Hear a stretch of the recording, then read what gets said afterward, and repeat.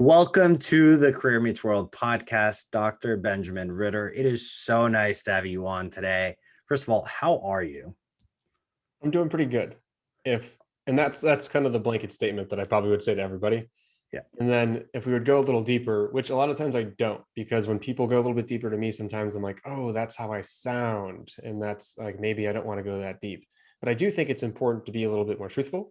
So I'm feeling really good mentally, which is kind of recent in the past couple of weeks. I've like had to do a lot more meditation. I started taking nootropics just to try to get more mental clarity. Even though I just took a sip of caffeine, I'm trying to cut down my caffeine intake because I actually felt this whole lockdown getting to be a little bit intense again. Like I've had way too much screen time. So if you ask me how I am a work in progress, and I'm working on accessing the more creative side of my life and putting a little bit more distance between the work that I'm doing each and every day. I appreciate the honesty because oftentimes people will give you that blanket answer. And maybe it's a defense mechanism, or maybe it's a way for people just to avoid that question, right? We jump on so many calls throughout the day. So I appreciate the honesty there. That being said, I want to make sure that people listening really get to know you and who you are. So can you give us a quick background on what you've done, where you are, and what gets you up in the morning? Mm-hmm. So I love guiding people towards a career they can love, and that can really involve anything from launching a service-based business or pivoting in your career or getting a promotion or just managing your team and where you're at in your business. But that didn't just appear out of nowhere. Right? I didn't just go, I went to school to get my doctorate in organizational leadership. I studied values alignment and job satisfaction. But if we were to go back in time, like way back in time, I was just a really awkward kid that did not succeed in the dream that I had for myself. And so I had no self identity. I had no confidence. I really just needed to rebuild who I was. And so that made me really passionate about the field of personal and professional development. Fast forward, through a lot of hard work and a lot of twists and turns, I got to a point in my career where I was successful. I was a healthcare executive. I felt good about myself. I felt confident. I had a side hustle. I was a coach on the side.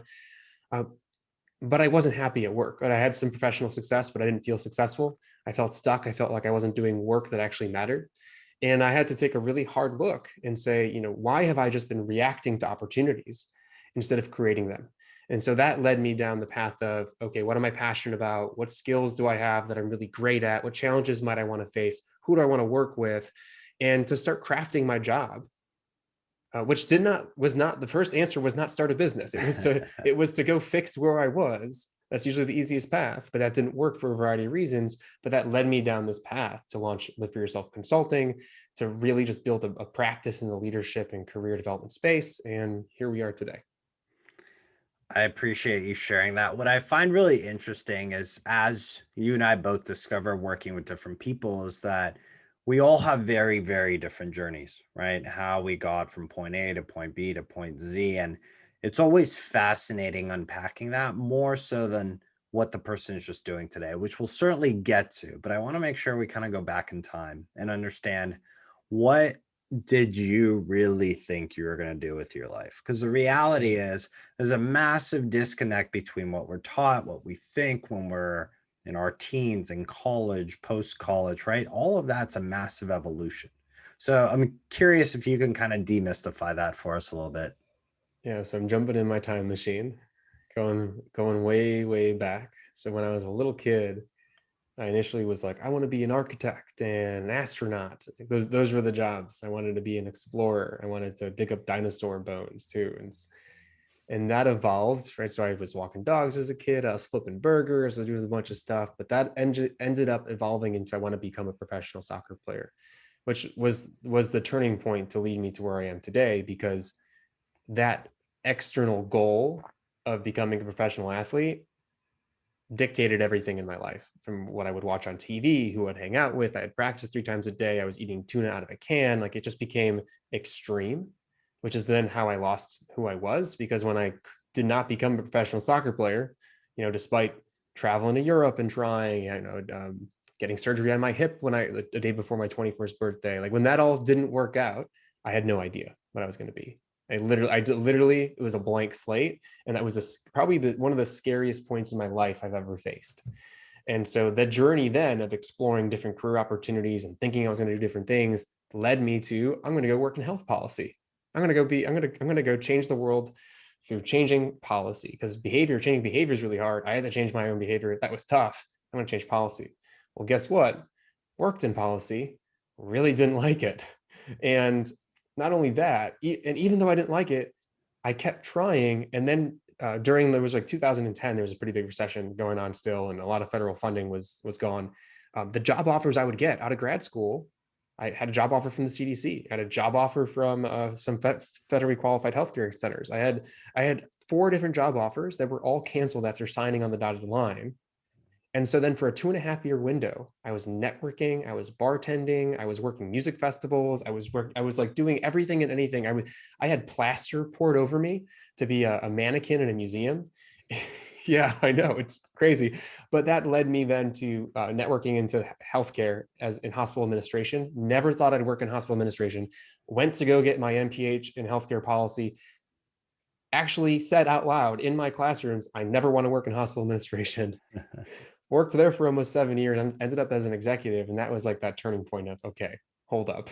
What has been going on in my career? We need to talk. So I did not expect any of that, but I love it. And the truth is that window of time, even before you got your MPH and went into healthcare administration, I'm curious, like, what's going through your head, right? Because that can't be easy. You're in this moment, you're going through all these different jobs, you're kind of bouncing all over the place.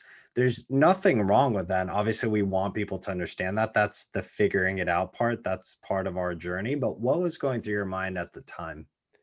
there are a couple different stages. So we go back in time to when I wanted to be a soccer player. Well, the mistake there was actually thinking that that goal was greater than myself, right? Greater than my health. So I put my purpose above me. I forgot that I'm greater than my purpose because I created it, which was one of my first lessons. And I should have had balance. It would have been a lot, my life would have been a lot easier if I had that understanding. The second stage was after going into health policy and exploring that, being passionate about it, and not getting a job for over 2.5 years, was I decided to explore life. And during that exploration of self and exploration of the world, and just to make money and to keep networking, I kind of lost my insight. I lost where I was going. And so it's important when something isn't working out for you, at least when something wasn't working out for me, was to really ensure that I was living true to my values and not just living life. And because then I woke up one day, I literally remember this. I woke up, I shot up from my bed. I was living in a two-bedroom apartment, shot up from my bed to go in to sleep at like 7 a.m. after a long night of bartending. Probably I drank way too much. And I was just like, what am I doing? How did I get here? 2 graduate degrees, like smart kid, like decent savings. Like, how did I get to the I'm hungover, the sun's out, and now it's been 2 years since I've graduated from grad school? And it's not because I wasn't trying, but it's because I really forgot what I was trying for, if that makes sense. And so like the values of what I really cared about, what I should have been spending my time on, and my intention was lost. And then so with my business, that decision was, what will get me to do the type of work that I love? The actual path didn't matter as much. So the first thing I tried to do was to craft my job, talk to my VP, get involved in projects that I cared about, all this type of stuff. And then that ended because we got acquired again, and a lot of people I was working with lost their jobs, so this project stopped. And then the other option was go get another job in the field, but I didn't have the expertise or the coach to guide me in terms of how to pivot industries and not lose half my pay, which sometimes is worth it if you're building career capital, but I did not want that at the time. And then, so the other path was, well, what strengths do I have? Well, I've built this coaching practice for 5 years. I know how to do that. I know this stuff. I don't have instant credibility. I don't have credibility yet. So how do I build a brand? And so that led me then to make the decision to go down this path. But still today, like, I was bored about a year ago and started looking for contract work and built a whole new segment of my business because I just wanted to diversify and grow my skill sets. So it's like you're always, constantly growing in your career, you're learning new things. But if your insight is off of your values and off of what I like to call your career sweet spot, then you can make some wrong decisions that lead you down a pretty different path for a few years or more. You strike me as somebody that looks at every failure, not so much as a failure, but as a redirection, a learning, some sort of grander setup for the next thing, right? There's a difficulty in seeing the truth in the moment when you're going through that process. We're convincing ourselves, we're telling ourselves stories that this isn't necessarily meant for me, or I'm not good enough, or I can't do this, right? But you strike me as somebody who consistently looks at life through the lens of, call it half full, or that there's more opportunity on the other side of the fence. But the truth is there's a process to that. So curious if you can unpack what that looks like for you, right? How do you wake up and really think about, okay, I'm bored a year ago, right? And I need to explore additional opportunities. What goes into that thinking?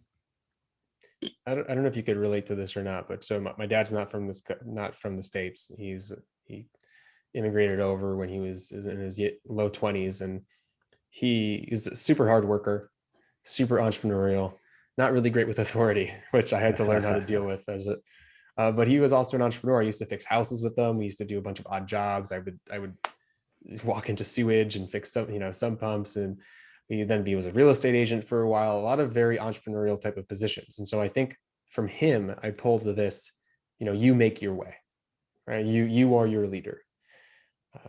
I've balanced that with, well, how do you also build relationships in the process, which is really important to the growth of your business and your career. But so when it comes to failures in career progression, what something might be a disappointment. It doesn't mean that it's a failure. A failure just means that something didn't meet your expectations. That happens all the time. I go to a restaurant, I get a meal, I bite into it. Okay, that didn't meet my expectations. Is the meal a failure? No, it's still going to fill me up. And so it's like with your career, when something doesn't work out as well as you think it might, the outcome shouldn't really matter. What matters is, did I build relationships during this time that could benefit my future? Did I work on work that I could leverage later on when I'm looking for new career opportunities? Did I waste my time? Did I become resentful, or did I look at it in a way where I've now become a greater person because of it? Because we don't control that. We don't control the external environment, or we can't, like, all the jobs that I've had, I've some of them I've gone for. A lot of them also in our careers, will notice, are from job boards, or when someone picks us. And so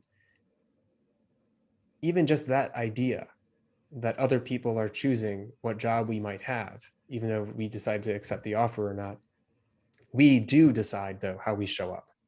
And so despite the failures, it really doesn't depend what happens outside of ourselves. It matters how we treat ourselves inside of ourselves, if that makes any sense. Yeah, it's such an important lesson for anyone listening right now. I want you to take a moment and really process that, because, again, what you're sharing right now is really the fact that it's not the external experience that matters. It's our own processing of that experience that matters and how we interpret it. So I'm really curious to tap into how you make the shift from being a healthcare administrator, from rising in that process, to fundamentally going into, let's call it, a somewhat different profession, right? Coaching is very different. It's expansive. It's enables different groups of people. So what was that transition like? Because it doesn't seem easy on the surface. So I'm curious to hear it from your perspective.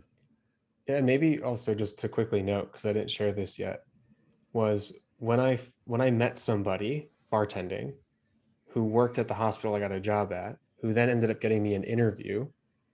Um, when I was interviewing for that job, it became known that I was bartending at the time.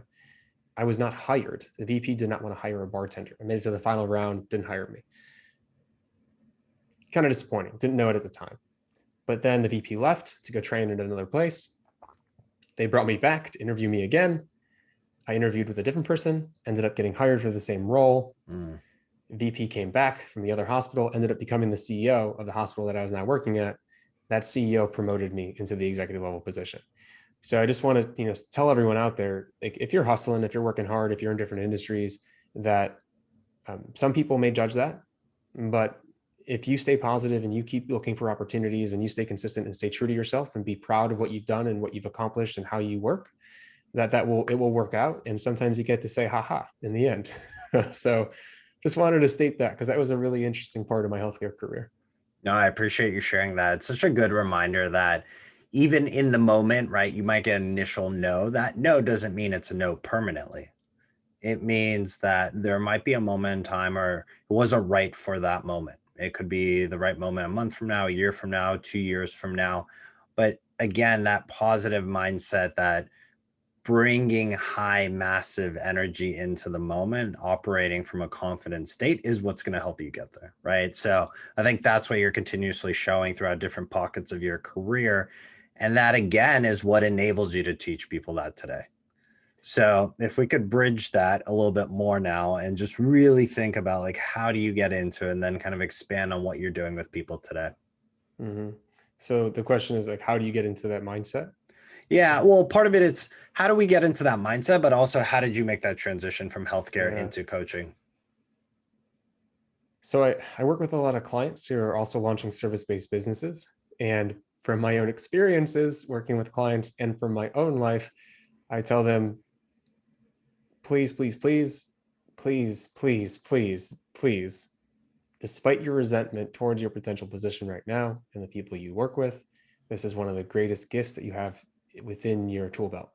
And so how do you leverage where you're at to get you where you want to be? And the clients that I've worked with that are transitioning from the same industry into maybe an industry similar or an industry that could potentially leverage those relationships have a much easier time, like meaning they can build a business and get clients within 3 months than I had, because I left my role in a way that was not positive, right? Like I did not build relationships because I was resentful towards it. I pulled away from it. I didn't really I worked on some projects that were important, but a lot that were not. And I did not have good relationships with senior leadership, right? So that like, because I was kind of just like putting my head in the sand, right? I didn't want people to call on me. Like I wouldn't want to volunteer for stuff. I just wanted to get out.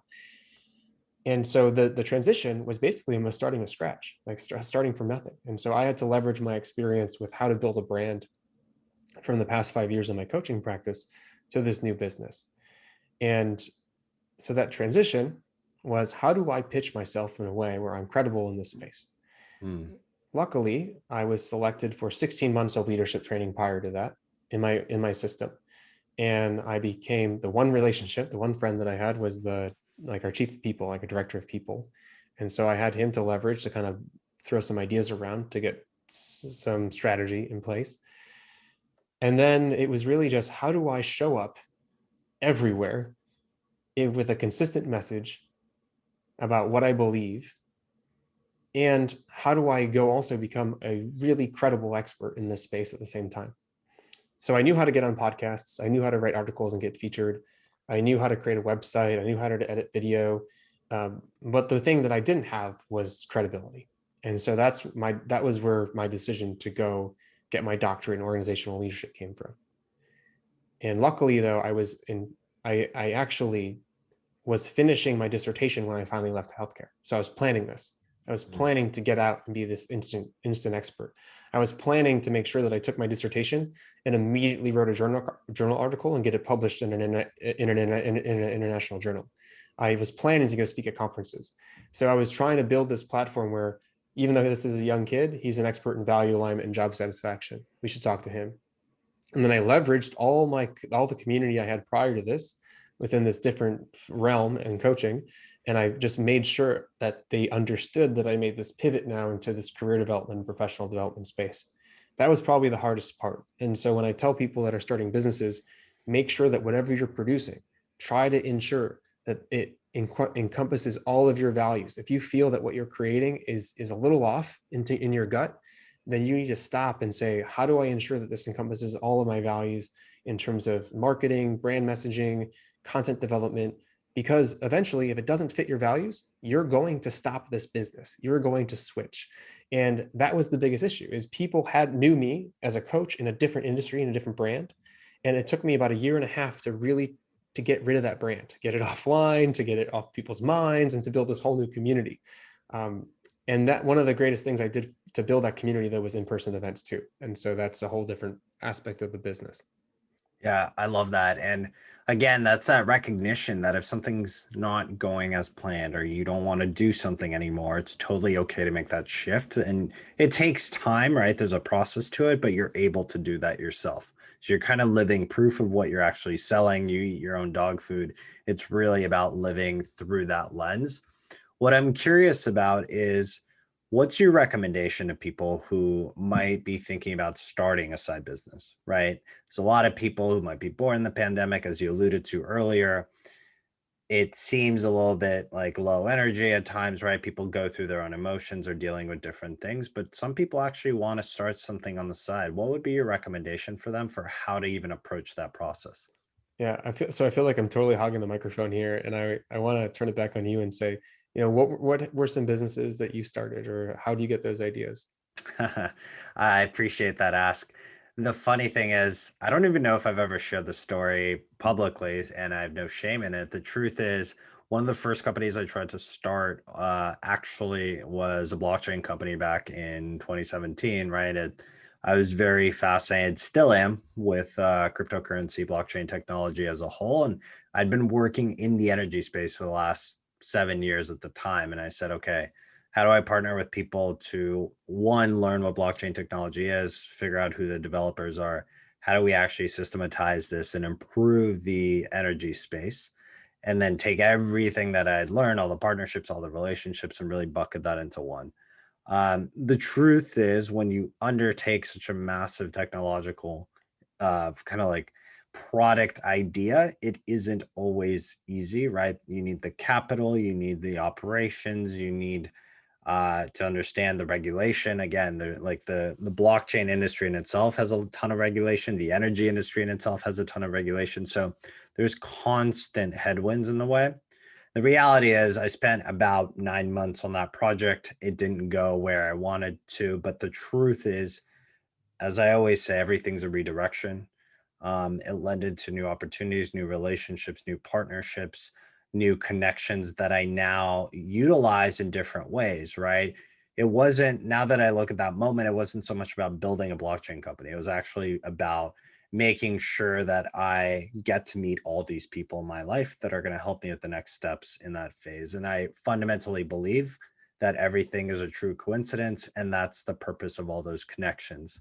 But today it's really been about, look, it was very, very clear to me that similar to you at some point, and many people will go through this process, you have this revelation that what you've been doing for X amount of years isn't what you want to continue doing for the next 5, 10 years. And the truth for me, the underpin of why I even started Career Meets World was to help people and empower people to understand that similar tendencies and patterns show up in our lives because we're not even aware of them. We're not aware of our own subconscious, how it was formed, how it operates, how it manifests, right? So that's really what I got intrigued by and was able to help people over the span of 10 years doing this without doing an actual business.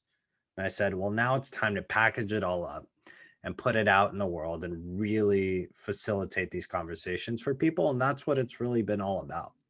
So I am excited for the continuation, the growth. And again, kind of to answer my own question, but I'd also love to hear your perspective is when you're trying to start a business, when you're trying to look at like what is the side hustle that you want to work on, whether it's a solopreneur, an entrepreneur starting a product or a service, understand what goes into it, understand what your potential day to day would look like, understand the type of people you're going to work with, understand the type of people you're going to partner with.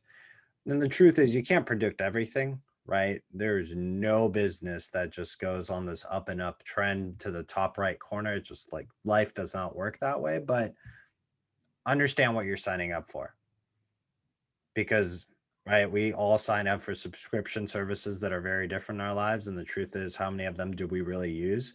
Treat this as a monthly subscription that you're signing up for, and you're going to be going through this work. And if it's not something you want to be quote unquote paying for the next couple of months, you probably won't want to continue with this business. So that's at least how I've been looking at it. But again, Ben, I'm curious to hear from your perspective. I love your story because it represents the fact that we will do things, like it's a given. We will do things that we do not continue doing. It's just like look right now, close your eyes, think about a couple of relationships you've had in the past, friendships, uh, boyfriends, girlfriends, husbands, wives, and those people aren't here anymore. Right? Close your eyes and now think about your careers. You've had jobs. Those jobs aren't here anymore. Like, I'm not a sports counselor for a camp. Like it like things are supposed to change. They're going to change. Why is a business any different? And so we learned though from those experiences. I've had a couple other businesses, a couple other ventures, but the goal is to say, okay, what do I care about? Like before you start your business, what do I care about? Am I going to enjoy this? Is this something that I'm going to want to invest my time in, to learn about, to study about, to network with, to actually build something? And if it is, like you have that passion, that's important because you can stay motivated, and because it's something you care about, you feel like you're actually connected to your work. Can you find a way to do the least amount of possible to test your business out, to see if it's going to work? Can you control costs? Can you do a minimum viable product? Can you say that I know I could create a YouTube channel and create a podcast and write a book and create an online course and maybe launch this brick and mortar store, and I can do all these things. I need to do these things. Can you just say, okay, great. What do I need to do to make money in this business to prove that it works? Okay, maybe I need a client. I need to sell one product. I need to do a focus group and get 100 people to say they'd buy this product. Maybe do some pre-sales. Maybe just build a website and share it with people and get their perspective. So you do like the least amount possible that costs the least amount to prove that you can grow a little bit. And then you know what you do? You grow a little bit. You don't invest your life savings into something immediately. It will take more time, but it will also be less pressure and less stressful. And you'll be able to balance other parts of your life at the same time that might be drawing in more income, or you might develop other parts of who you are as an individual.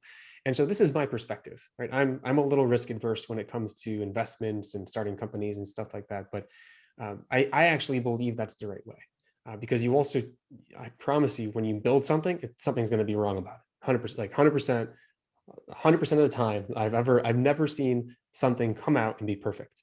There are always going to be adjustments, and so why not ensure that those adjustments aren't costly, aren't super stressful, and you're going to enjoy the process. Yeah. No, that's such an important point, right? It's all about enjoying the actual process. If you sign up to do any sort of business, to build it out, to actually create and invest energy in a different way, you might as well enjoy it. You might as well enjoy that process, waking up, structuring your day in a way that's going to give you fulfillment. Otherwise, you're probably not working on the right thing. And oftentimes that happens both as a career individual or as an entrepreneur. And as I always tell people, it's always important to go within to understand what's working, what's not. How do we kind of separate ourselves from that belief system that's not serving us in the highest possible power? And that's kind of the most important piece of getting that part straight before we figure out what career we want to go down, what business we want to build. Because if we can't figure out our core foundation, the rest of the building is going to fall down. So I'm curious again, just as we kind of slowly wrap things up, I want to make sure that people understand what is it that you're spending your time on today, right? Because you kind of work on a few different things now. You are on this trajectory to continue to help more people. What is it that you're actually helping people with, and how can people reach out to you? Yeah, and we didn't touch on it yet, but what's so important, I think, in the foundation of everything we're discussing is, so Live for Yourself actually developed from the acronym LIVE, which stands for Life, Intentions, Values, and Expectations, which is a decision-making system that I would take clients through. But underlying all that is the 3 C's of self-leadership. And self-leadership is basically your ability to lead yourself in alignment with your values throughout your life. It's an easy way to live. It's an easy way to make decisions. And so everything we're talking about in terms of starting a business or making career decisions, and like you just hinted at, right, starts with that clarity piece. So the first C in self-leadership is clarity, and then it goes into confidence and control. And so mainly I coach clients one-on-one, either senior leaders, executives, to basically become greater self-leaders in their life and at work. So that means getting greater clarity in the type of work they want to do, what brand they want to build, what they stand for, how they're actually going to get there. So the what, the why, the how, the when, et cetera, all of that. Defining those goals and those objectives, then building confidence in those areas. So either hard skills, soft skills, actually reading a book, listening to this podcast, or just actually going through limiting beliefs. Like, I'm not good enough. I don't deserve this. I've never had this type of money before. Like, our attachment to money can really hold us back. It's a huge one. Fear of failure, imposter syndrome. And then we go into control, which is actually your intentions, how you live each and every day, who you interact with. I think people don't realize that that friend from when you were 5 that you just hold on to that causes you a ton of stress, but you just hold on to them because they're a great friend. Like, that is draining more of your energy and your ability to actually create something for the world than probably anything else around you. Like, your social environment is so important. And so that's part of control, is really impacting your environment. So I work with clients on those 3 C's, really to get them towards their career goals, but it does trickle down into their life. Other than that, I do corporate workshops on job satisfaction, leadership development skills. That's a portion of my business. And then, just for fun, I also do some contract work for a variety of companies that are in the leadership development and career space. I thought you were going to say you also bartend still on the side, but it sounds like you're doing a lot of great things. I really love that acronym around LIVE, which is life, intentions, values, and expectations. It's such an important reminder, right? If you're breaking down how things are going for you, what things aren't going well for you, right? You alluded to some of those friendships that we hold on to, some of those people in our lives. I love that framework, and I definitely recommend that people reach out to you, connect with you, and kind of explore how else you're going to be able to really impact their lives. And look, Ben, I really enjoyed this conversation around just what you've done, where you've gone, and what you're doing today. But like every single guest, before we let all of our guests off the hook, we want to make sure that we stump them through our hot seat. So, are you ready for this? How about I ask you hot seat questions and then we call it a day? No, Audible, I love it. totally ready. Totally ready. Let's do this. All right. So, the truth is, I am a huge proponent and believer that everyone is both a student for life as well as a teacher for life. So, if you could teach one topic for the rest of your life, what would it be? And then if you had to learn one topic for the rest of your life, what would it be? Can I teach 2 topics? Just because I think, can I do 2? I'm going Let's do to an it. audible. Okay. First one is about purpose, really defining what purpose is, what it means, and how it should impact your life, how it could impact your life. So I think one of the worst pieces of advice I ever received was to find your purpose. So that would be one thing I would teach. The other thing I would teach would be just financial management and investment. If I started investing 10 years ago, I would be a super wealthy individual instead of just saving my money and being scared of banks. So I think there's not banks, but the market and stuff like that. So just general investment knowledge, I think, is like so important and so undertaught. If I was a student, what would I want to learn? I wish I learned about confidence. Yeah, when I was a kid, I think if I had a higher level of confidence, a lot of things wouldn't have happened. I wouldn't have been here. I would not be here today. Well, I'm glad you are here. I love those two things. Thank you for sharing that. If you had to read one book for the rest of the time, what would it be? Reframing by Richard Bandler. Okay, love it. And wait, what's yours? Because I like good books. Yeah, my favorite book probably is Atomic Habits by James Clear. So it's a great book. Yeah. So one final one for you, just to switch things up, because you talked about nootropics earlier. What are some of your favorite nootropics products?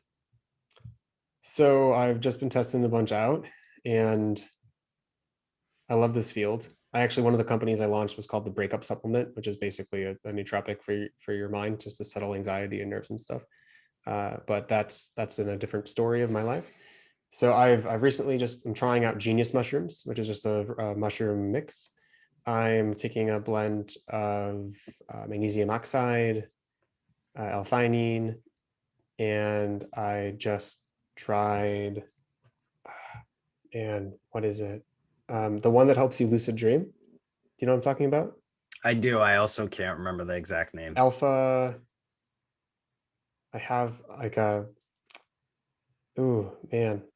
It's all right. Yeah. So, but it helps you. I was really interested in increasing my ability to be more like conscious in my dreams. And there's a supplement you can take that helps you do that. So. Awesome. Yeah, and for those that might not know, nootropics is really kind of the field of study, or again, you can expand on this, but it's really about how to improve cognition, how to improve just overall stability in your life in terms of your energy levels. And I think that uh, different sorts of products are available on the market. Be mindful of what you're taking because everyone's going to market it to you in the best possible way. So make sure to do your homework. Look, Ben, I know that you have a ton more to share with people. So I want to make sure that before people jump off, they have a way to connect with you. What's the best way for people to reach out to you? Yeah, and also like that medical disclaimer, just to reaffirm that Yeah, none of for these are sure. super recommended. They interact with actual pharmaceutical medications you might be taking, so please be careful. Uh, yeah, disclaimer made. I am not a medical professional, even though I'm a doctor, is not in medicine. So if people want to reach out to me, I'm super active on LinkedIn. So you can just find me at Dr. Benjamin Ritter. I every now and then show up on Instagram, and my handle is Ritter Benj, Ritterbenj. And I would totally push like my YouTube channel and podcast and stuff. But honestly, I would say just connect with me on those two platforms. And I look forward to speaking with all of you. Awesome. Definitely make sure to check out Dr. Benjamin Ritter.